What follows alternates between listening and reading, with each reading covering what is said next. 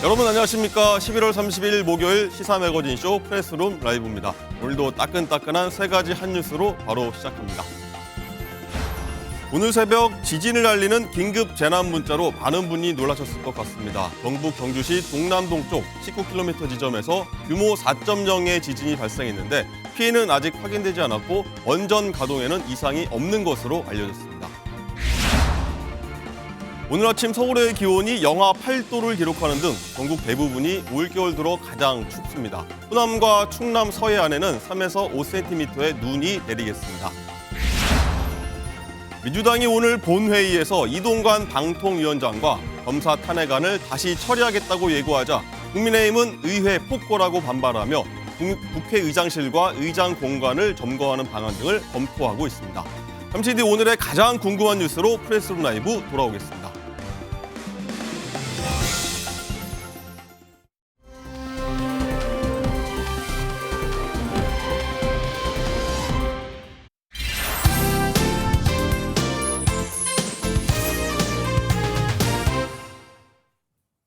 네, 오늘 오후 궁금해서는요. 한밤중 지하 주차장에서 일어난 15중 추돌 사고부터 얘기해보도록 하겠습니다. 자, 목요일마다 출동하는 궁금증 해결사입니다. 김은배 전 서울경찰청 국제범죄수사팀장, 박주인 변호사, 그리고 MBN 민지숙 기자와 함께하도록 하겠습니다. 어서 오십시오. 안녕하세요. 안녕하십니까. 자, 민 기자, 한밤중에 그것도 뭐 아파트 지하 주차장에서 15중 추돌, 이거 어떻게 된 일이에요? 네, 저도 주차하면서 차를 좀 긁어보긴 했지만 이건 그러셨어요? 정말 차원이 다릅니다. 어제 새벽 이 대구에 있는 한 아파트 주차장에서요. 영상을 저희가 준비했는데 검정색 승용차 한 대가 멀쩡히 주차되어 있는 차들을 향해 저렇게 돌진합니다. 살짝 긁거나 하는 수준이 아니라 차 한 대 그대로 밀어버리고 헛바퀴가 돌 정도로 강하게 부딪히는데요. 총 15대의 차량 대부분이 번호판이 떨어지고 앞 범퍼가 부서지는 등 큰 피해를 입었다고 합니다. 다행히 인명피해는 없었는데요. 이 안타까운 소식, 뽑은 지 이제 2달 된 차량도 있었다고 합니다. 운전자 사고를 낸 뒤에 태연하게 자리를 빠져나가는 모습까지 포착이 됐는데 일단 아닌 밤중에 홍두깨 자신의 차량 부서진 피해자의 목소리 듣고 오시죠. 새벽 1시 30분경에 전화 받고 내려왔습니다. 내려왔을 때 통로 앞에 벌써 차 3대가 막고 있는 상황이었거든요. 그 앞에 보니까 차 3대가 겹쳐져가지고 본네트 다 깨지고 오일도 흐르고 있고 그래서 정말 무슨 전쟁터 같은 그런 느낌이었어요. 네, 우선 인명피해가 없다는 게 정말 다행인데 한밤중에 일어나서요. 일단 김은배 팀장님, 일단 피해 차주들 얼마나 황당할까요? 차 막 다 부서졌어요. 그렇습니다. 아까 민 기자님이 아닌 밤중에 홍두깨라고 했는데 사실 그런 거죠. 왜냐하면 잘 자고 있는데 갑자기 연락이 와서 내려가 보니까 내 차량이 파손되어 있는 거예요. 불이 또 나가고 깜짝 놀랐을 거 아닙니까? 예. 근데 아시다시피 저 검은 차색 차량이 밤에 와가지고 15대를 파손을 했다고 합니다. 예. 내려간 사람들 얼마나 황당했겠어요. 그런데 차량 와서 보니까는 번닛도 파손되어 있고 트렁크도 부서지고 그렇게 부서졌는데 불구하고 사고 낸 가해자는 차에서 내린 다음에 별일 아니란 듯이 차를 놓고 그냥 신고를 안 했어요. 그냥 태연하게 사라져 버렸습니다. 그렇군요. 또 여기서 또 말씀하셨다시피 그냥 화면에 지금 나올지 모르겠는데 그 가해자분이 그냥 쓱 한번 보더니 그냥 가버려요. 집으로 올라간 건지 모르겠는데. 일단은 이제 피한 걸로 보고 있는데 그 사고를 낸 뒤에 보통 우리가 사고 내면은 쪽지 붙여놓지 않습니까? 연락해달라고. 그렇죠. 아니면 신고를 해야 되는데 그냥 피한 거는 사실 도주한 걸로 보는데 경찰 관계자가 차량을 조회해가지고 전화를 했습니다. 안 받습니다. 문자도 했어요. 안 받습니다. 연락이 안 닿는 상황이에요. 그러니까 추적이 안 된다는 얘기는 이분이 숨었다는 얘기인데 경찰에서는 정확한 사건 경위를 확인해서 있거나 예정인데 경찰에서 볼 때는 그럼 이분이 사고 낸 뒤에 연락이 안 돼? 그럼 혹시 음주 운전을 한 거 아니야? 볼 수도 있고 약물 운전, 즉 마약 운전한 거 아니야? 그런데 두 가지가 있습니다. 무슨 말이냐면 마약 운전을 하게 되면은 나중에 이 사람을 소환하거나 검거했을 경우에는 소변은 일주일밖에 안 나오죠. 여러분도 잘 아시겠지만 머리카락은 몇 개월도 나오지 않습니까? 네. 그러니까 피해야 소용이 없고 그런데 음주는 한 2, 3일 지나면 안 나오거든요. 그러니까 제가 현장에 근무를 할 때에도 사실은 사고 낸 사람들이 피하는 이유가 시간만 좀 지나면은 음주 측정이 안 되기 때문에 그런 경우 있기 때문에 아마 경찰에서는 음주 쪽으로도 비중을 둘 것 같은데 플러스해서 약물 검사도 하겠다고 지금 하는 것 같습니다. 그런데 주민들한테 물어봤더니 이분이 평소에도 주차선도 안 지키고 통행도 방해하고 이중 주차도 하고 주차 문제에 문제가 많았던 사람이기 때문에 아마 이런 사고를 냈던 것도 볼 수가 있는 것이죠. 그렇군요. 일단 그 연락이 안 된다는 그 피해 가하신 분 있지 않습니까? 일단 어떻게 연락이 됐는지 이 사건 담당한 경찰한테 저희가 한번 오전에 한번 통화를 했거든요. 어떤 얘기했는지 한번 들어보겠습니다.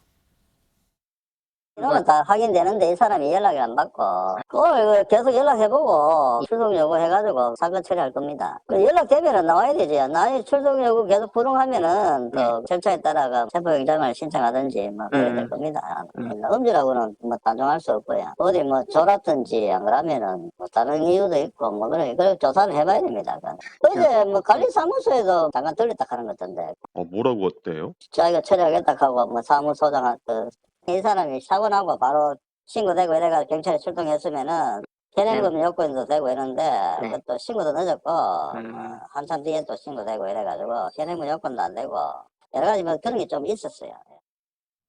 일단은 뭐 음주한지는 잘 모르겠고 일단 바로 뭐 달아나셨는지 피해셔갖고 일단 뭐 현행범 체포도 안 됐고요. 일단 변호사님 일단은 이거는 어떻게 봐야 됩니까? 뺑소니로 봐야 됩니까? 예, 뺑소니에 해당할 가능성이 매우 높죠. 뺑소니는요, 교통사고를 냈는데 이 사고 처리를 하지 않고 그 현장에서 이탈했을 때 성립하는 범죄인데 두 가지입니다. 사람을 다치게 한 후에 그렇게 도망가면 특정범죄 가중처벌법상의 뺑소니에 대해서 가중처벌되는 상황이고 예. 이거는 지금 손괴 후 아마 미조치 뺑소니가 될 것 같아요. 그래서 도로교통법이 적용이 될 것 같은데 근데 만약에 이제 이것도 뭐 가정이긴 한데 이게 지금 본인이 사고를 내고 모르고 갔는지 아니면 또 일부러 했는지 이런 부분도 따져보긴 해야 일부러도 돼요. 할 수 있는 거예요. 일부러 사고 내는 수도 있는 겁니다. 고의범이 된다면 이건 또 도로교통법이나 이런 게 적용되는 게 아니고 손괴죄나 형법이 적용될 여지도 있고요. 이제 가장 중요한 거는 저 자리를 그냥 쓱 보고 이탈했던 부분, 저 부분이 좀 쟁점이 될 것으로 좀 보입니다. 일단은 뭐 제일 피해차주들은 정말 날벼락 맞은 거 아니겠습니까? 그렇죠. 일단은 운전자가 보상하겠다고 일단은 했다고 하는데 이 보상 다 받을 수 있겠죠? 지금 한두 대가 아니에요. 지금 보상 자체가 뭐 보험에 가입돼 있으면 대물 배상도 있는데 한도가 있습니다. 한도가 뭐 몇천만 원 한도가 있는데 지금 차가 지금 15대고 어떤 차 같은 경우는 아주 좀 산지 얼마 안 된 신차를 이렇게 파손해버리기 때문에 2달 됐다고 하죠? 비용도 상당히 꽤 들 것 같은데 결국 보험으로 처리가 안 된다 그러면 이 개인의 민사를 통해서 받는 수밖에 없습니다. 이 개인, 이 사고 친 이 사람이 자력이 있는지 이게 가장 중요하고 자력이 없다면 궁극적으로는 손해배상을 못 받는 경우도 생길 가능성도 있습니다. 못 받으면 어디까지 뭐 민사 뭐 가야 그러니까 결국은 민사라는 거는 뭐냐면 저 사람한테 손해배상 책임을 묻고 그 사람이 자력이 있고 재산이 있을 때 그 재산에 한해서 받아갈 수 있는 거거든요. 그러니까 만약에 재산이 없거나 지금 한두 대가 아니잖아요. 15대면 글쎄요. 제가 봤을 땐 억대가 될 것 같다는 생각이 드는데 다 비싼 차들이고 그러면 그거를 갚을 수 있을지 그건 좀 봐야 될 것 같습니다. 왜 그런지 참 이해가 안 되는데 일단은 뭐 음주 약물 복용 뭐 의심이 되는 상황이지 않습니까? 이게 뭐 하루 지나고 뭐 수십 시간 지나도 확인이 되나요? 일단 지금 팀장님께서 말씀했던 부분인데요. 이렇게 현장을 이탈하는 경우 대다수 음주나 약물입니다. 음주가 걸릴 것 같으니까 음주 같은 경우는 뭐 한 20시간 많다면 한 이틀 하루만 지나면 안 나옵니다. 아까 뭐 술람태는 안 위드마크 났다긴 하고 공식 하는데. 적용을 혈중 알코올 자체가 안 나오기 때문에 뭘 할 수가 없어요. 막 그런 가능성이 있는데 최근에 이제 그런 것 때문에 수사기관에서 최근에는 저 사람의 행적을 다 파악해 봅니다. 그 직전 행적. 그래서 혹시나 어떤 식당에서 먹은 술의 양이라든지 그런 것도 파악을 합니다. 뭐 그것 통해서 100% 입증하기는 어렵겠지만 음주를 했는지 아니면 약물을 복용했는지 그 부분도 경찰이 조사를 할 거고요. 비록 혈중 알코올 농도는 측정할 수는 없지만 호흡 측정도 불가능하지만 만약에 직전에 술을 많이 먹고 만취한 상황이 확인된다면 음주 부분도 처벌받을 가능성도 배제할 수는 없는 상황입니다. 일단 뭐 술 냄새 안 났다고 하니까 어떻게 될지 모르겠지만 지켜보도록 네. 하겠습니다. 일단 왜 어쩌다 저런 일을 벌였는지 저 꼭 한번 듣고 싶긴 합니다.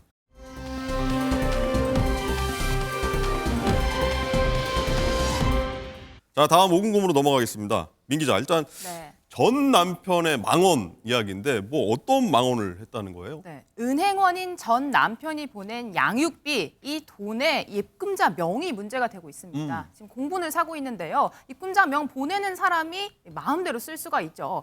계좌 이체 내역을 보시면 640만 원 돈을 보내는데 그 옆에 이 삼가 명복을 빕니다 이렇게 적어뒀습니다. 그러네요. 자신의 친자식에게 가는 양육비를 이체하면서 입금자명에 상을 당한 사람한테나 보내는 메시지를 적은 건데요. 이 글을 올린 여성, 이혼 후에 양육권, 친권을 가져 아이를 기르는데 양육비를 제대로 받지 못했다고 합니다. 그런데 이 전 남편 돈 잘 버는 은행원이었다고 해요. 은행원. 그래서 은행 월급을 압류하기 시작하자 양육비 보내주겠다 이렇게 약속을 했다고 합니다. 그런데 돈을 받아보니 저렇게 입금자명에 정말 황당한 문구를 적어서 지금 온라인 네티즌들의 공분을 사고 있습니다. 마지못해 보냈나 봅니다. 저거만 보면. 예, 팀장님 일단은 입금자명에 삼가 명복을 빕니다. 이게 뭐 어떤 의미인지 좀 궁금한데 이거 자기 자식한테 주는 양육비잖아요. 그렇습니다. 양육비는 자기 자녀한테 주는 건데 지금 그 민 기자님 얘기한 대로 삼가 명복을 빕니다. 요거는 이제 조의 문자거든요. 그렇죠. 상담 시대 보내는 문자를 자기 물론 이혼한 전체하고 사이가 나쁠 수는 있습니다. 그렇다 하더라도 아이의 양육비인데도 불구하고 명복을 빈다. 아 이거는 나쁜 아빠 즉 배드 파더라는 그 아시죠? 네. 이 나쁜 나쁜 아빠인데 아빠를 지나쳐서 저는 정말 아휴 어떻게 저렇게 자기 자녀한테 양육비를 주는데 저런 문자를 보낼까 꼭 그러고 싶을까? 아 정말 문제가 있다고 봅니다. 저 사람. 변호사님 이게 양육비 네. 지급은 사실 부모가 이 자녀한테 주는 당연한 의무잖아요. 그렇죠. 이걸 이렇게까지 하면서 줘야 돼요. 본인이 모를 것도 아니고요. 사실 이혼을 했을 때 아이를 돌보는 친권자가 돌보는 권리를 양육권이라 그러고 그 양육하는 사람, 양육권을 가진 사람은 양육할 의무를 또 부과를 받는 거고요. 다른 배우자, 이혼했을 때 양육하지 않는 다른 배우자는 양육비를 지급할 의무를 부과를 받습니다. 예. 한쪽은 양육권, 한쪽은 양육비. 당연히 하는 거고 이것은 자신의 전 배우자한테 주는 게 아니고 아이한테 줄 수 있는 아이한테 주는 그 의무이기 때문에 그 의무를 이행하는 과정에서 저런 글을 쓰고 뭐가 화가 났는지 그냥 주면 되죠. 뭐 저 쓴다고 저 돈이 줄어듭니까? 그러니까 저 부분은 사실 납득하기는 어렵고 마음적으로 심정적으로 되게 못났다는 생각이 드네요. 못났다. 예. 예. 혹시나요 양육비를 지급하지 않으면 뭐 처벌이나 뭐 제재 뭐 이런 거 받는 거 있나요? 자, 양육비가 사실은 지급 안 되는 경우가 상당히 많습니다. 양육비는 사실 아이를 키우기 위해서 하는데 그래서 우리 양육비 관련 법률에 양육비를 좀 최고할 수 있는 여러 가지 조치들이 이제 있습니다. 예컨대 뭐 면허 정지를 신청한다든지 출국 금지를 신청한다든지 그럼에도 안 주는 사람도 있습니다. 명단해도 안 주는 사람이 있기 때문에 그 경우에 지금 최근에 법률이 만들어졌는데 처벌이 가능하다고 돼 있어요. 양육비를 안 줬을 때 1년 이하의 징역 또는 1,000만 원의 벌금을 처할 수 있는데 문제가 좀 있습니다. 처벌은 가능한데 이거는 최후에 했을 때 처벌이 돼요. 예컨대 법 조문상 봤을 때는 정당한 이유 없이 감치 명령을 받고 1년 이내에 양육비를 지급하지 않았을 때. 그러니까 감치는 뭐냐면 30일 이내에 구류되는 거거든요. 예. 이것도 조치를 취하고 또 1년간 지급을 안 해야 됩니다. 두 가지 요건이 갖춰져야지만이 이 양육비 안 줬던 거를 고소를 해가지고 처벌받게 할 수 있는데 감치받고 1년 내내 돈 조금이라도 주면 또 그게 정지가 돼버리거든요. 그래서 사실 이 법을 만들어놔서 이 양육비 좀 주는 것을 확보한다고는 하지만 실제로 이걸로 처벌할 수 있는 사례는 매우 드물고요. 제가 알기로는 몇 건 안 되는 걸 알고 있습니다. 아 그렇군요.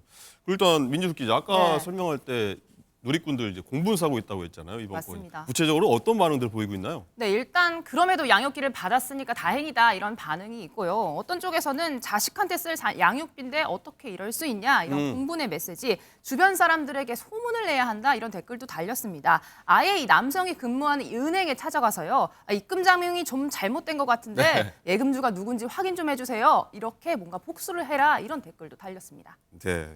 일단 박준 변호사님 네. 이렇게 상가 명복을 빕니다. 이렇게 입금자명 보낸 거 있지 않습니까? 혹시 이런 부분은 뭐 처벌될 수가 있나요? 못난 건데요. 네. 못난 사람인 것처럼 못난 죄인가요? 본인이 표현을 한 거잖아요. 자기가 못난 것처럼 표현하는데 형사적으로 처벌하기는 조금 애매합니다.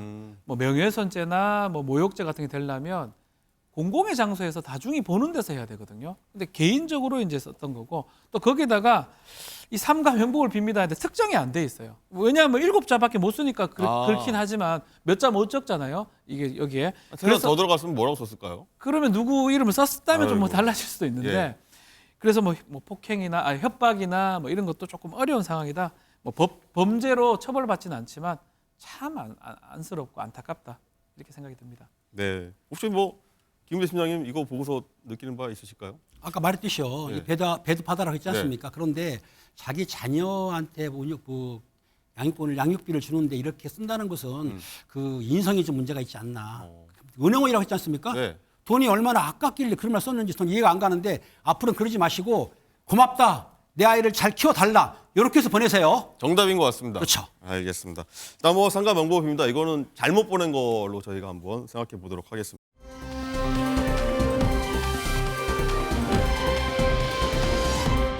자, 다음 5궁금 넘어갈게요.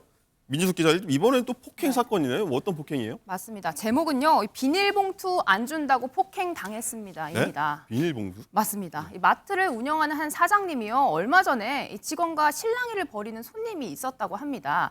이 매대에서 비닐봉투 공짜로 왜 주지 않느냐라며 직원들에게 욕설을 했다라고 하는데요. 이런 상황에 이 친환경 정책 일환으로 마트에서 지금 비닐봉투 공짜로 줄 수 없거든요. 이 사장님 법이 바뀐 지 몇 년이 됐는데 왜 그러시냐 이렇게 좋게 이야기를 해도 예. 그쪽에서 계속 험한 말이 날아왔다고 합니다. 참지 못해 사장님도 한마디 했는데 여기에 다짜고짜 주먹이 날아왔다고 합니다.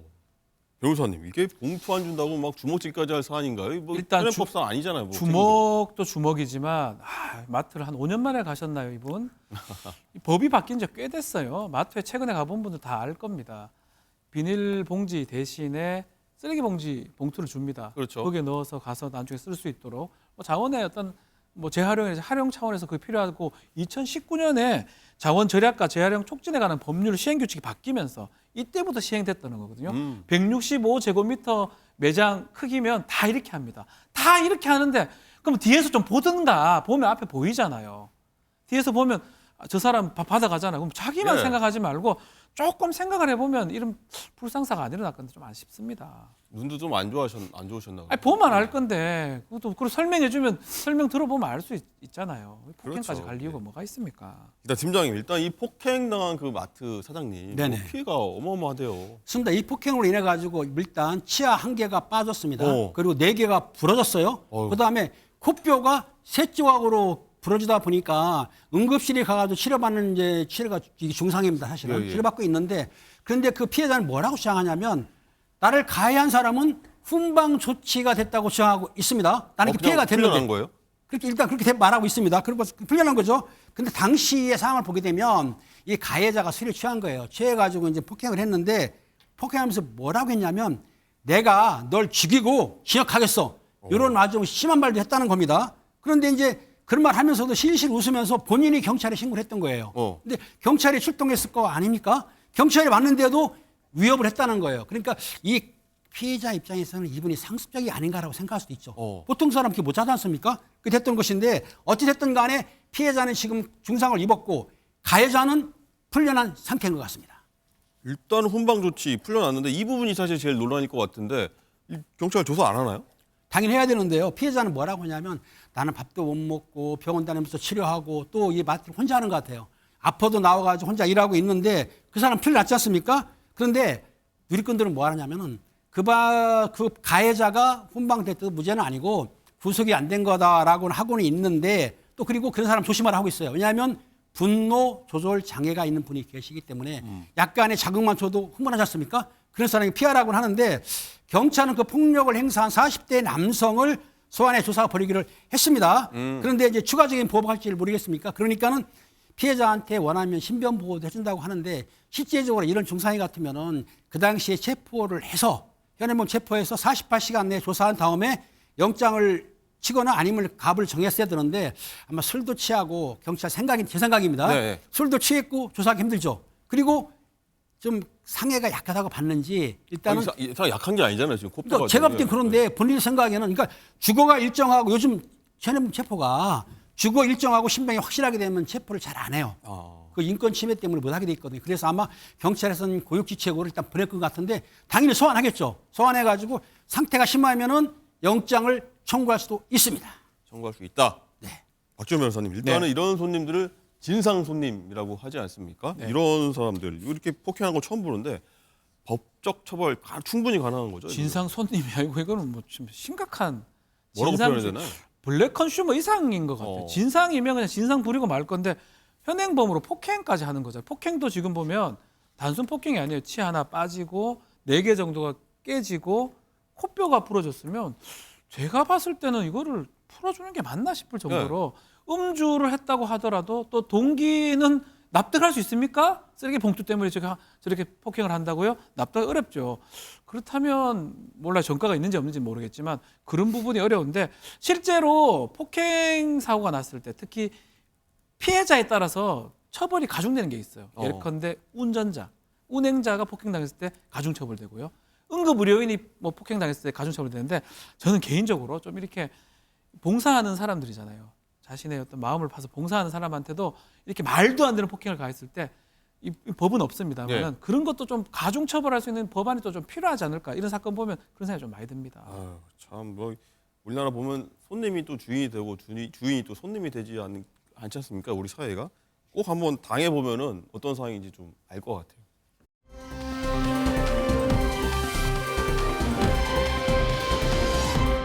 자, 다음 모금동으로 넘어가 보도록 하겠습니다. 이번엔 보이스피싱 당할 뻔한 할머니를 뭐 주변 사람들이 도와서 그걸 막았다고 하더라고요. 네, 마지막 사연은 아찔했지만 다행히 피해를 막은 훈훈한 사연입니다. 지난 5월에 충북 충주시에 있었던 일인데요. 저희가 영상으로 확인을 해봤습니다. 이 할머니 한 분이 은행을 저렇게 들어오셨는데 다급하게 통장을 꺼내서 3천만 원을 인출해달라고 요청합니다. 3천만 원 막대한 돈이라 은행 직원이 보이스피싱 같다 이렇게 직감을 하고 말려보지만 그렇게 손사래를 치면서 꺼내달라고 합니다. 이어서 지금 등장한 분 경찰이죠. 마침 이 은행에 보이스피싱 예방 홍보 차원에서 들렀다고 합니다. 이 할머니를 저렇게 설득하면서 아들에게 한번 직접 전화를 걸어봤는데 다행히 아들과 통화가 됐다라고 합니다. 알고 보니 이 할머니 지금 아들이 납치되어 있으니 3천만 원 보내지 않으면 장기를 팔아버리겠다. 이런 협박을 받아서 은행을 찾았다고 하는데요. 저렇게 은행 직원과 경찰의 기지를 발휘해서 막대한 피해를 막을 수 있었던 아주 훈훈한 사연입니다. 예. 주변 도움으로 진짜 3천만 원을 정말 아낀 건데. 그렇죠. 근데 저라도 만약에 저런 얘기 전화 받고 부르면은 속을 수 있을 것 같아요, 변호사님. 왜 속냐 하면 전화가 오는데 아빠 그러면 딸 같아요. 아빠 그러는데 너는 내 딸이 아니야. 내 아들이 아니야. 이렇게 할 경우 잘 없습니다. 그렇죠. 거기서 한번 믿기 시작하면 계속 믿고 거기서 쏟기 마련이거든요. 아마 이 할머니 이분도 한번 자녀 얘기를 목소리를 한번 어떻게 보이스피싱 한지는 알 수는 없지만 100% 신뢰한 것 같아요. 그러다 보니까 돈을 인출했던 것 같고 옆에서 계속 말리는데도 불구하고 그냥 좀 뽑아주세요. 그러면 냉수를 4잔 마셨다고 합니다. 그러면서 중간에 이렇게 한번 딱 이게 정지가 됐던 게 그래도 다행스럽고 또 뒤에 지금 있지만 경찰분들이 있었던 게 정말 컸던 것 같아요. 그냥 은행 직원만 했을 때는 안 됐는데 경찰이 와서 괜찮아요 하니까 할머니께서 그래요 하면서 겨우 막은 거거든요. 계속 보이스피싱 얘기를 하지만 보이스피싱이 당하는 이유 중에 하나가 한번 정지만 할 수 있으면 되는데 정지를 못하고 계속 물결 흐르듯이 끌려가기 때문에 문제인데 아마 할머니는 그래도 경찰 때문에 한번 정지된 게 아닌가. 은행 직원, 경찰 너무나 잘한 것 같습니다. 너무 잘했습니다. 저도 어머니한테 꼭 이런 이상한 전화 오면 꼭 의심하라고 말씀하는데 쉽지 않은 것 같아요. 근데 팀장님 일단 경찰 오래 하셨잖아요. 이런 그렇죠. 사례들 정말 많이 접하셨을 것 이 같아요. 보이스피싱 사례가 상당히 많은데요. 먼저 짚어보게 되면은 이 자녀납치수법이 있습니다. 사고하는 건데 이건 내용이 뭐냐면 부모하고 자녀의 전화번호를 습득했을 때 전화를 건 다음에 자녀가 학교 가는데 납치했다. 또 교통사고 당했다라고 하고 군대 간 아들이 있지 않습니까? 군대 간 애들이 사고를 쳤다. 뭐 총기를 잊어버렸다. 그런 연락이 옵니다. 와가지고 돈을 받아가는 것도 있고요. 또 그리고 유학생인 아이를 통해 상대를 해가지고 또 다쳤다. 사고 났다 이거 하는 건데 실제적으로 이런 경우에는 전화를 통하는 알다시피 중국 전화는 070이지 않습니까? 근데 중계기를 이용해요. 그러면 010으로 변환이 되지 않습니까? 그러니까는 전화 받았을 때 이게 외국 전화가 아니기 때문에 받는 수도 있는 거예요. 이렇게 할 수도 있고 또 하나 뭐냐면 잘 아시죠? 금융기관. 금융감독원, 은행 사칭해가지고 뭐 긴급 문자 보내가지고 뭐 승급을 시켜주겠다. 아니면 대출을 해주겠다. 내 친구도 당한 사람도 있습니다. 그러니까 대출 때문에 당해요. 그렇게 하기 때문에 이제 문자를 보내는데 문제는 문자를 눌렀을 때 거기에 피싱 사이트가 있어요. 스파이 앱을 깔리게 되면 몽땅 정보가 나오기 때문에 절대로 누르면 안 돼요. 또 하나 뭐냐면 이제 기관 사칭. 이거 상당히 많은데 여기 검찰청입니다. 무슨 수사관입니다. 여기 서울경찰청인데요. 아니면 뭐 여기 세무서인데 하는데 주로 저희 누나도 사실은 서울경찰청이라고 연락이 왔습니다. 그러니까 우리 동생이 거기 팀장인데 김은배 팀장이며 저랑 같이 근무했어요. 이런 식으로. 그러니까 돈을 보내려다가 안 보냈기 때문에 기관사칭하는 것도 많고 또 아까 이런 경우에도 있습니다. 만약에 전화를 통화해서 아들이 데리고 있다고 하면서 소리를 질러요. 엄마 살려줘. 이러면은 그 부모는 자기 아들 목소리를 오해하는 거예요. 상황을 연출하는 거죠. 그렇게 하게 되면은 깜빡 속았을 수밖에 없다. 그래서 아무리 보이스피싱을 조심한다 하더라도 속는 사람이 계시기 때문에 좀 더 관계 기관은 이 홍보를 더 해야 될 것 같아요. 예, 그렇군요. 말씀하신 것처럼 이 보이스피싱 수법이 막 점차 막 진화되는 거죠. 진화되고 있어요. 그렇죠. 그래서 이 피해 규모도 점차 커지고 있다고요, 민 기자. 맞습니다. 지난 5년 동안 무려 3조 원이 넘는 돈이 3조요? 보이스피싱 수법으로 털렸다고 합니다. 요즘 누가 보이스피싱에 당해 하지만 저렇게 수법이 진화하고 있기 때문인데요. 일단 김 팀장님처럼 이 수법에 대한 예방 홍보 차원의 캠페인 굉장히 많이 이루어져서 18년과 22년 비교해 봤을 때 발생 건수 자체는 10,000건 넘게 줄어들었습니다. 하지만 이 피해 규모 액수만 보면 1,000억 원이 넘게 오히려 늘었는데요. 이걸 보면 범죄자들이 한 명의 피해자에게 더 큰 금액으로 더 대범하게 사기를 쳤다는 것을 알 수 있습니다. 예전에 뭐 이렇게 사기치는 사람들 보면 말투 어눌하고 막 그랬잖아요, 사실. 근데 요새는 그런 게 없는 것 같아요. 일단은 알면서도 당하는 게 이렇게 보이스피싱이라고 하는데 막상 닥치게 되면 이제 어떻게 해야 됩니까? 그렇죠. 우리가 뭐 보이스피싱 예방 3고 원칙이라고 있어요. 의심하고 끊고 뭐 확인하고 하는데 제가 항상 드리는 말씀은 딱 이겁니다. 대부분 뭐 보이스피싱 중에 이 나오는 얘기가 법률적인 이런 게 많이 나옵니다. 검찰청, 경찰청, 금융기관 뭐 나오면 그냥 이렇게 하면 돼요. 제 변호사를 좀 바꿔주겠습니다라고 제가 항상 하는 얘기예요. 그래서 안 되면 뭐 박지훈 변호사 팔아서라도 제가 변호사가 있는데 변호사랑 통화하면 안 되겠습니까? 하면 그때 한번 끊깁니다. 그러면 보이스피싱 하는 사람이 당황할 수도 있고요. 그래서 그렇게 하면 본인이 돌아올 수 있기 때문에 정말 의심하고 끊고 확인하고 중요한데 그게 안 된다면 내 변호사랑 얘기하라 이 말씀만 좀 기억을 하면 좋을 것 같습니다. 내 변호사랑 얘기해라. 이게 가장 핵심인 네. 것 같습니다. 자, 일단은 전화 오면 의심하고 전화하고 확인하고 또 그거 안 되면은 네. 내 변호사랑 확인해라. 네. 가장 좋은 것 같습니다. 내 변호사가 있다. 개인 변호사가 변호사가 있다. 있다? 뭐 있으면 되죠. 마음속에 변호사가 있을 수 있잖아요. 그렇죠. 알겠습니다. 자, 오늘 궁금해 여기까지 하고요. 잠시 뒤에는 따끈따끈한 정치 소식이 있으니까요. 채널 고정 부탁드립니다. 자, 오늘 말씀 모두 감사드립니다.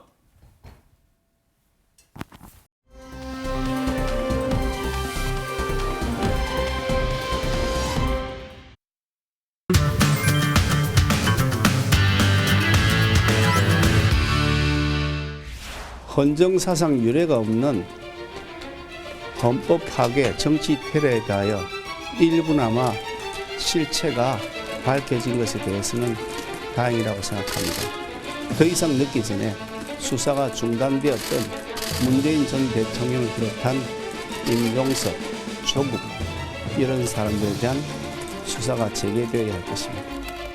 납득할 수 없는 판결이고요. 청탁 수사든 함명 수사든 명백히 존재하지 않는 내용들이고 정당한 항변을 법원이 무슨 이유로 받아들여지지 않았는지 이 부분을 이해하기 어렵습니다. 황운하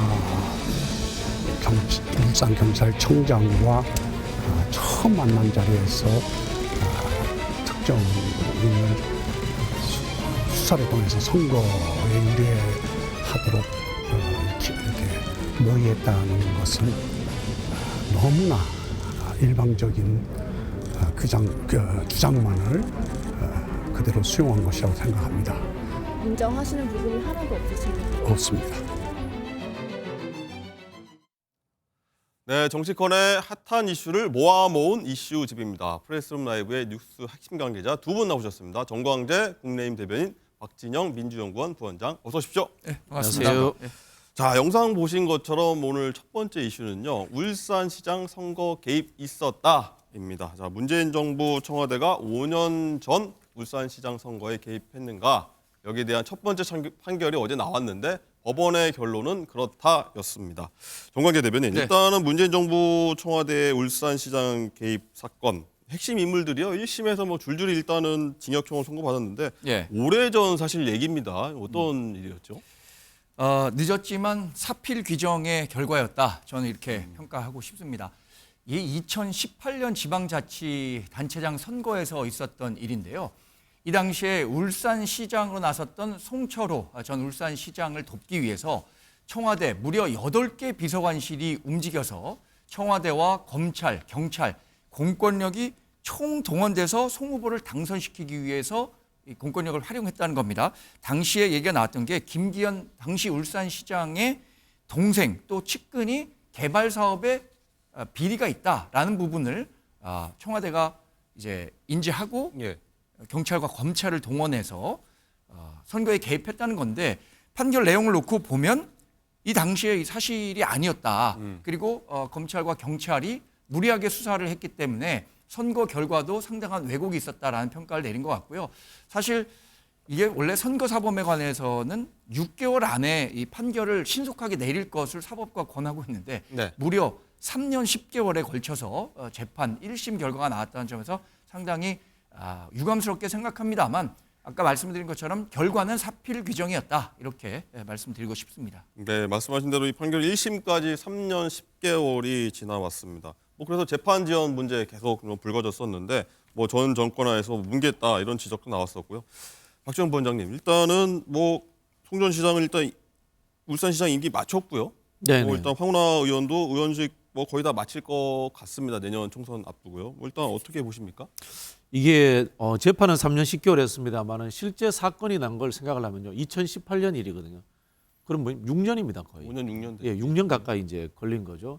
6년 가까이 결론 나지 않던 일들이 어떻게 정부가 바뀌자마자 이렇게 재판 결과가 나왔느냐라는 부분에 대해서는 또 역으로 또 의아해할 수도 있는 겁니다. 네. 그리고 이 황운하 의원이라든가 송철호 전 시장이 이 증거 부분에 대해서 문제 제기를 하고 있습니다. 그런 부분이 있기 때문에 저는 뭐 2심 또는 대법원까지 끝까지 가봐야 되지 않겠나 그런 생각이 들고요. 그 과정에 또 만약에 또 정권이 바뀐다면은 또 어떻게 바뀔지 이런 부분에 있어서 저는 이 사법부의 판결에 대한 국민들의 좀 신뢰도도 떨어지는 그런 상황이 아닌가 이런 생각이 듭니다. 네. 뭐 재판 지연 관련해서는 전혀 정반대 말씀을 하시고 계시네요. 어떻게 보십니까? 근데 이 재판이라는 거냐, 이 사법부, 우리가 뭐 민주주의의 최후의 보루가 또 사법부라고 생각합니다. 근데 이 재판 지연과 관련해선 이 맡았던 주심의 그 성격도 굉장히 중요한데 이 주심이 어떤 분이었는지를 한번 국민 여러분들께서 살펴보실 필요가 있을 것 같고요. 왜 그러면은 이 시기에 판결이 났느냐? 정말 오랜 시간이 걸려서 결국에야 이 시기에 결론이 난 겁니다. 그리고 또 2심, 3심을 통해서 다시 한번 다퉈보겠다라고 얘기를 하고 있지만 1심 이렇게 오랜 기간 재판하는 과정에서 충분한 검토가 있었을 것이라고 저는 보고 있고요. 항소를 해서 이 재판 결과가 바뀌는 경우가 불과 5%밖에 되지 않는다고 합니다. 그러니까 뭐 항소를 하는 건 당연히 억울하다고 생각하는 측에서 가진 권리니까 당연한 절차라고 생각하지만 그에 앞서서 1심 판결이 나왔다면 자신의 억울함보다는 유감의 뜻이라도 먼저 밝혔어야 하는 것 아닌가. 또 지난 거의 4년여의 이 국회의원 임기를 황운하 의원은 거의 마쳐가고 있습니다. 또 송철호 전 울산시장은 임기를 다 마쳤고요. 이런 부분에 대해서도 좀 반성이 필요하다. 저는 그렇게 보고 있습니다. 네, 일단은 이 사건이 더 관심을 끄는 건 이제 당시 상대방 후보가요. 김기현 현 국민의힘 대표입니다. 그래서 당시 울산청장은 황운하 현 민주당 의원이고요. 그래서 지금 김기현 대표는 울산 선거구의 몸통을 이제 찾아야 한다 뭐 주장을 하고 있는데 박지원 부원장님 어떻게 보세요? 글쎄요. 이런 주장. 정권이 바뀔 때마다 왜 사법부의 판결도 왔다 갔다 춤을 추느냐라는 이야기를 하지 않을 수가 없는데요. 이 부분에서도 선택적이 아닌가 그런 생각이 듭니다. 예를 들자면 도이치모터스 수사 제대로 되고 있지 않잖아요. 그리고 뭐 말씀하셨습니다만 이제 사과 이야기를 하셨는데 우리 장모 뭐 10원도 안 받았다. 물론 뭐 본인이 직접 하신 이야기는 아닙니다만은 그런 부분에 대해서 뭐 대통령도 사과하지 않고 있고요. 저는 이 사법부의 판단과 그다음에 권력의 향배 그리고 권력자들의 사과라는 부분에 있어서 지금 대한민국에서 그 누구도 자유롭게 비판할 수 없을 것 같아요. 네. 어떻게 생각하십니까? 몸통. 저는 예? 이 21세기에 청와대에 하명 수사가 있었다는 사실 자체가 상당히 놀랍습니다. 그래서 사법부가 그걸 입증한 거고요. 사실 이 선거라는 건 민주주의의 근간입니다. 이번 그 울산시장의 청와대, 검찰, 경찰 막대한 공권력이 개입해서 선거 결과를 왜곡시켰다는 점은 민주주의의 존립 기반이라고 할 수 있는 선거를 완전히 무력화시켰다는 점에서 반드시 재수사가 이루어져야 한다고 생각합니다.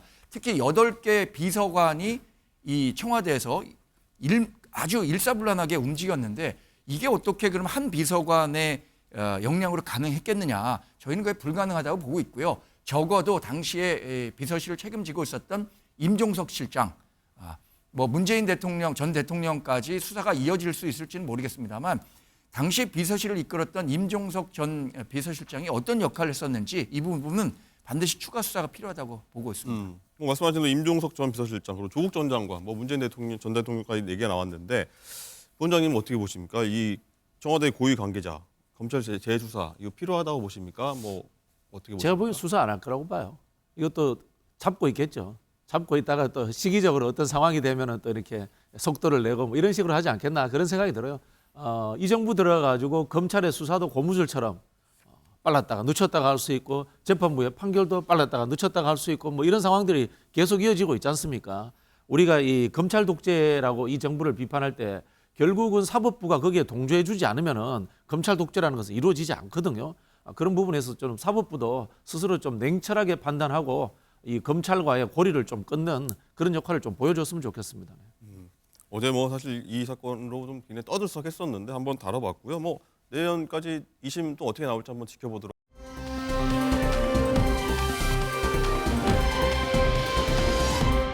두 번째 이슈로 넘어가겠습니다.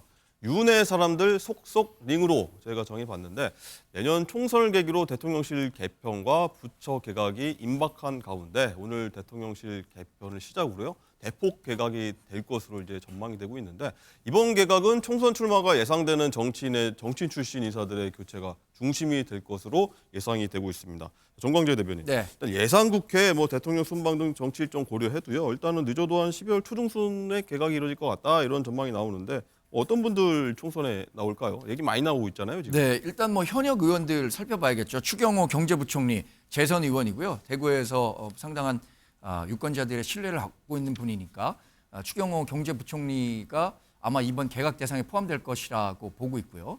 또 박민식 국가보훈부 장관, 이분도 이제 정치인 출신이잖아요. 네. 민당 쪽으로 출마를 강력하게 희망하고 있는 것으로 알려졌고요. 뭐 이영 의원도 그 중기부 장관이었지만 그 전에 정치를 했었던 분이기 때문에 이분들은 아마 지역구 출마를 위해서 이번에 개각 명단에 포함될 것으로 알려져 있습니다. 박진 외교부 장관 같은 경우에는 우리나라 외교 일정이라든가 아니면 윤석열 대통령이 가진 신뢰 관계들을 생각하면 조금 더 내각에 머물 가능성이 있다고 예상이 되는데 사실 12월 2일이면 예산안 처리가 다 끝났어야 하는 시기죠. 네. 끝나야 하는 시기인데 이번에 뭐 이동관 방통위원장을 비롯한 검사들에 대한 탄핵 때문에 예산안이 제때 처리될지 못할 것으로 예상이 됩니다만 여하튼 이런 그 굵직한 사건이 지나면 내년 총선에 나갈 윤석열 대통령의 측근 인사들은 뭐 자기 자리로 돌아가서 유권자들의 심판을 기다릴 것으로 예상하고 있습니다. 네, 아까 뭐 저기 박진 외교부 장관 같은 경우에는 유임으로 나왔는데 어제 엑스포 유치 실패하면서 어떤 책임론 이런 것도 불거져서 또 한번 지켜봐야 될 것 같습니다. 네. 자, 부원장님 일단은 여권의 와일드 카드라고 불리지 않습니까? 한동훈 장관이 사실 여기 대상에 포함될지 제일 관심인데 뭐 오늘 바로 개각의 대상이 될지 아니면 뭐 추후에 나와서 어떤 역할을 할지에 대해 관심이거든요. 어떻게 보십니까? 시기와 역할? 제가 봤을 때 이분은 빨리 안 나오면은 장관의 정치적 중립 위반으로 제가 고소당할 것 같아요. 정치적 행위들을 굉장히 많이 하고 계시거든요. 빨리 나오는 게 맞습니다. 그리고 이 장관이라는 자리가 본인도 맨날 그 이야기 하잖아요. 뭐 일국의 국무위원이 저렇게 정치 행보하듯이 과하게 가볍게 다니면 안 되는 거예요, 이거. 저는 이 장관 자리에 있는 분들은 조용히 있다가 빨리 직을 사퇴하고 난 뒤에 정치적 행보를 단절하고서 시작하는 것이 맞지 않겠나 그런 생각이 듭니다. 굉장히 나쁜 선례를 남기고 있습니다. 네. 좀 빨리 결정을 해야 된다 이런 의견이시고 일단은 뭐 한 장관 출마 여부에 따라서 뭐 경선 그리고 선거지도 굉장히 많이 좀 달라질 것 같지 않습니까? 한동훈 법무장관이 내년 총선에 출마할 것인가라는 근본적인 질문에 대해서는 이제 뭐 한동훈 법무장관이 선택할 수 있는 선택지가 굉장히 좁아졌다. 그래서 저도 뭐 출마의 가능성이 거의 99%다 이렇게 보고 있는데요. 그러면 어떤 식으로 그러니까 한동훈 법무장관이 우리 국민의힘이 갖고 있는 좋은 전략적 자산이라고 생각했을 때 이 한동훈 법무장관을 어떻게 활용할 수 있을 것인가에 대한 논의는 당내에서 조금 더 활발히 이루어져야 할 것으로 보고요. 또 한동훈 법무장관도 아마 자신이 생각하고 있는 정치적 스케줄이라는 게 있을 것 같습니다. 그러니까 뭐 1월 11일이 공직자 사퇴 시한이 있고요. 네. 뭐 12월 12일은 예비 후보 등록이 이루어지는데 이분이 뭐 어느 역할을 어떻게 맡을 것인가에 대한 고민도 아직 끝나지 않은 상황이기 때문에 뭐 공직자 사퇴 시한까지는 숙고의 시간을 가지면서 뭐 지금 국무위원으로서의 역할에 충실하면 저는 유권자 여러분들께서 좋은 평가를 해주실 것이라고 생각합니다. 예. 아니 우리가 앞서서 울산시장 하명 사건 이야기를 했지 않습니까? 네. 지방선거에 영향을 미치기 위해서다 이런 이야기를 했는데 지금 공직자인 신분이에요. 공직자인 신분에서 당에서 한동훈 장관이라는 사람을 두고 포석 두듯이 선거 전략을 짜는 것들, 그리고 법무부 장관 행보를 정치적 일정과 맞춰서 하는 거, 이건 역시 똑같은 선상에서 비판받을 수 있는 겁니다. 이렇게 하시면 안 되는 거예요, 진짜. 근데 그 울산 선거 같은 경우엔 완전하게 이 공권력이 남용돼서 선거에 활용이 된 거고, 이 한동훈 법무장관의 경우는 결이 좀 다른 거죠. 아마 뭐 정치적으로 정쟁화해서 뭐 얘기를 하실 수는 저는 당연히 있을 거라고 생각합니다만 사법적 판단의 기준과는 완전히 다르다라는 말씀을 드리고 싶습니다. 아니 한동훈 장관이 특정 정당을 적시해서 비판했습니다. 공직자가. 이거 공직자의 정치적 중립 위반이에요. 특히 이제 뭐 민주당 뭐 스투핏 이런 이야기 나와서 저도 뭐 민주당 소속입니다만 네. 민주당 정신 차려야 돼요. 이런 이야기 듣고 가만히 있으면 안 되는 거. 이거 탄핵감이에요. 저는 한동훈 장관이 하고 있는 언행 자체가 법률적인 부분들을 위반하고 있다 그런 생각이 들어요. 네. 알겠습니다. 한번 지켜보도록 하겠습니다. 예. 일단 뭐 한정관에서 이렇게 좀 다양한 얘기가 좀 나오는 가운데서요. 어제 법무부가 주최한 범죄 피해자 인권 대회에 한동훈 장관이 참석을 했는데 여기서도 굉장히 인기가 많았다고 하는데 어떻는지 한번 영상 한번 보겠습니다. 저도 흉기 테러 위협 범죄의 피해자가 돼봤고 스토킹 범죄, 청담동 조작, 뭐 검언유착 조작 이런 다수 가짜 뉴스 범죄의 피해자가 돼봤습니다. 제가 받은 피해들은 여기 계시는 분들이나 유영철, 강호순, 정두영에게 살해당한 피해자들, 부산의 돌려차기 피해자들, 흉악범죄 피해를 당한 상상하기도 힘든 고통에 비하면 깃털만큼도 안 될 겁니다. 범죄 피해자의 인권이 먼저냐, 범죄자의 인권이 먼저냐라고 묻는다면 단호하게 피해자의 인권이 먼저라고 답할 겁니다.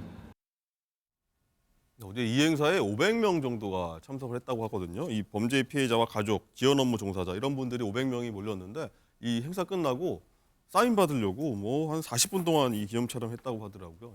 정광희 대변인이 정말 인기라고 해야 될까요? 이게 뭐 나날이 올라가는 것 같아요. 이거는 뭐 정치적 행보라고 해석할 여지가 전혀 없겠죠. 왜냐하면 거기 오신 분들이 자발적으로 한동훈 법무장관과 사진을 찍고 싶어서 기다린 거니까 이거 한동훈 법무장관이 연출했다거나 뭐 정치적 행보를 했다고 볼 여지가 전혀 없을 거라고 생각이 들고요. 사실 한동훈 법무장관에 대한 기대감은 계속 커지는 것 같아요. 우리 국민의힘을 지지하는 분들, 그러니까 보수 지지층들 외에도 합리적인 중도 세력분들도 한동훈 법무장관을 통해서 대한민국 정치가 세대 교체 또 인물 교체가 가능할 것이다라는 기대감을 갖고 있는 것이라고 저는 보고 있습니다. 그런 기대감이 최근에 이런 인기로 입증이 되고 있는 거라고 생각이 드는데 여하튼 한동훈 장관의 정치인으로의 변신 이 시기에는 제깍제깍 가고 있다는 점은 분명해 보입니다. 이런 상황들을 봤을 때. 원장님 또 이게 못마땅히 하시네요. 저도 그 광화문에 촛불 집회 가면요 1시간씩 사진 찍습니다. 네. 자기 진영 내에서는 누구나 인기 있습니다. 네. 안철수 대표의 이 안철수 현상과 제가 비교하고 싶은데요. 2010년도에 안철수 현상이 일어났을 때는요 중도에서 지지도가 상당히 높았습니다. 그리고 청년층에서 지지도가 높았고요. 광주에 가나 부산에 가나 늘 인기가 있었습니다. 지금 한동훈 장관이 20, 30대가 있는 홍대 앞에 가든지 아니면 광주에 가보시면은 그 인기가 전국적인 인기인지 아니면 자기 핵심 지지층 내의 인기인지 판명이 날 것이다. 그렇게 생각이 됩니다. 네. 한번 홍대 또 광주 한번 가보시라 이런 말씀 한번 했나요? 궁금해지는 대목이기도 합니다.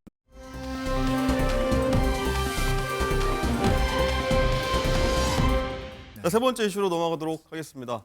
계속 묵묵부답이라고 저희가 한번 정해봤는데 국민의힘 이뇨한 혁신위원회가 친윤계 핵심과 당 지도부 그리고 중진위원회 내년 총선 불출마와 험지 출마를 좀 요구하는 희생 혁신안을 오늘 정식 의결하기로 했다는 보도가 나왔는데 며칠간 모습을 드러내지 않았던 이뇨한 혁신위원장의 오늘 오전 목소리인데 먼저 듣고 오겠습니다. 미리 제가 장담은 못하지만 오늘까지는 이제 우리가 이제 이 좀 당에 뭐를 넘길 건지 조금 강도를 올릴 거예요. 그건 그렇죠. 확실해요. 30 딱 이렇게 말씀하신 건 아니지만 다음 주 목요일이라고 말씀하셨어요, 위원장님이. 예. 그렇지만 그것은 이제 받아들이냐 안 받아들이냐 우리 혁신안을 그리고 이제 더 세질 수 있다 뭐 하나의 그 압박이죠. 그거 뭐 협박은 아닙니다. 제 생각에 많은 피로감이 왔어요. 국민들도 우리 보기에 참 저 사람들 뭐하노? 정말 뭐 말만 세게 하고 그런 분위기 아니겠어요? 솔직히 얘기해서 저도 좀 답답해요. 답답한데 기다릴 줄 알아야 돼요. 만약 지도부 안 받으면 혁신위의 실패는 지도부의 실패다 이렇게 보십니까? 안 받을 수 없게 넘겨야죠. 안 받아들일 수 없게. 어떻게요? 좀 시간을 주세요. 아직 오늘 회의 안 했잖아요. 받아들이지 않으면은 안 되게끔. 네, 인 위원장의 뭐 의지가 상당히 강해 보이는데 뭐 당내에서도 지도부가 수용하는 의지를 보여야 된다 이렇게 얘기를 많이 하는데 김기현 대표는 일단은 뭐 아직까지 이렇다 할 말이 없습니다, 대표님. 네, 뭐 김기현 당대표는 이런 발언을 했죠.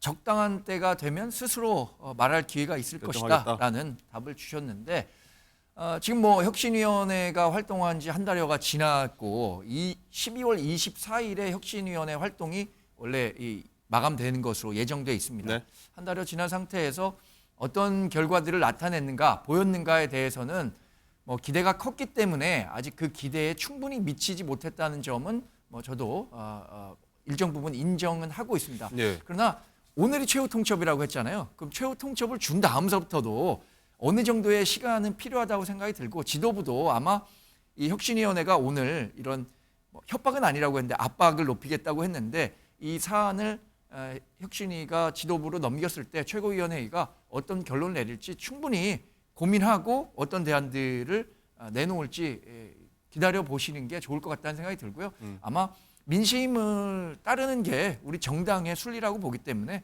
그런 결과들이 나오지 않을까 저는 그렇게 예상하고 있습니다. 결과 한번 지켜봐야 되겠지만 일단은 뭐 수용되지 않는다면 혁신이가 뭐 이제 동력을 좀 잃고서 이제 조기 해산, 뭐 조기 종료 수순을 갈 거다라는 우려도 나오는데 부원장님 어떻게 보십니까? 김 대표 리더십도 그렇고 그렇게 된다면 이제 파장이 좀 꽤 클 것 같아요. 저는 뭐 정치적 코미디가 한번 일어날 거라고 봐요.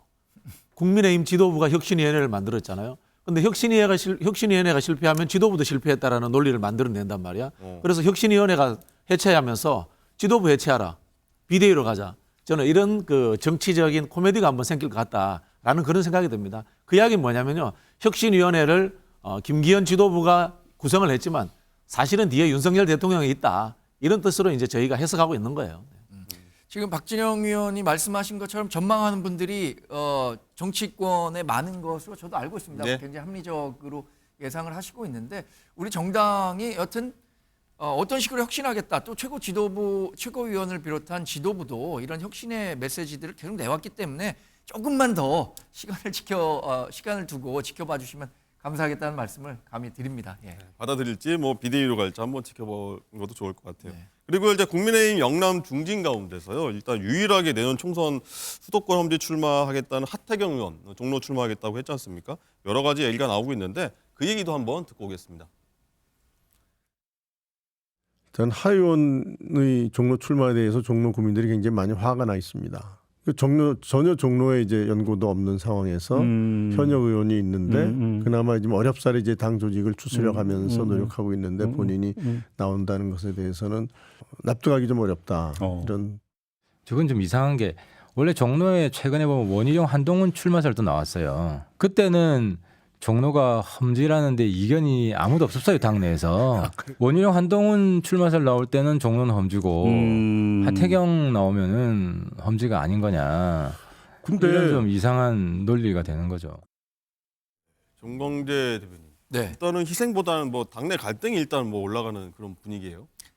종로가 험지냐 아니냐라는 질문을 저에게 물어본다면 종로는 험지가 맞긴 맞죠. 왜냐하면 지난 6번의 선거에서 3승 3패를 한 것으로 제가 알고 있는데 하태경 의원에게만 험지가 아니냐라고 묻는다면 하태경 의원으로서는 그런 그에 맞는 제 답을 했다고 생각합니다만 그런데 우리 당에 현역 의원이 있었다는 점을 고려했었으면 어땠을까라는 아쉬움은 좀 갖고 있습니다. 그러니까 하태경 의원이 기왕 해운대 갑이라는 우리 당 우세 지역을 떠나서 수도권에서 민주당의 의석 하나를 좀 갖고 오는 전략을 가지고 지역을 선택했다면 더 좋았겠다라는 생각은 합니다만 종로는 험지가 분명하기 때문에 저는 종로에서 우리 당이 공정한 경선을 통해서 좋은 후보를 내면 종로를 지키는 것도 의미가 있다는 생각을 합니다. 뭐 계속되는 얘기지만 민주당 쪽에서도 많습니다. 후보들. 뭐 쟁쟁한 후보도 많은데 어떻게 보십니까? 최재형 의원과 하태경 의원. 제가 보기에는 하태경 의원 같으신 정치인들 때문에 개그 프로가 없어진 것 같아요. 예, 험지로 가겠다고 하면서 그나마 몇 안 되는 국민의힘 국회의원 있는 지역으로 가겠다고 하니까 이게 저는 뭐 개그가 아닌가 이런 생각이 들고요. 원희룡, 한동훈이 종로에 나온다라는 이야기는 정치적 상징성을 이야기하는 거지 험지를 가라는 이야기가 아닙니다. 험지라는 뜻이 아니에요. 이야기는 뭐냐면은 하태경 의원이 나도 원희룡, 한동훈만큼 대선 주자급이야. 그 이야기 하고 싶은 거예요. 제가 봤을 때는. 그런 것 같고 아마 적당히 드잡이 하다가 종로는 못 갈 것 같으니까 하다못해 마용성 정도 어쩌다가 한 번씩 이제 스윙이 되는 지역들 있지 않습니까? 거기라도 갈래라고 하는 제스처를 취하기 위한 저는 뭐 그런 머리 굴린 게 아닌가 그렇게 좀 해석이 됩니다. 네. 그런 해석도 나올 수 있군요. 예, 네.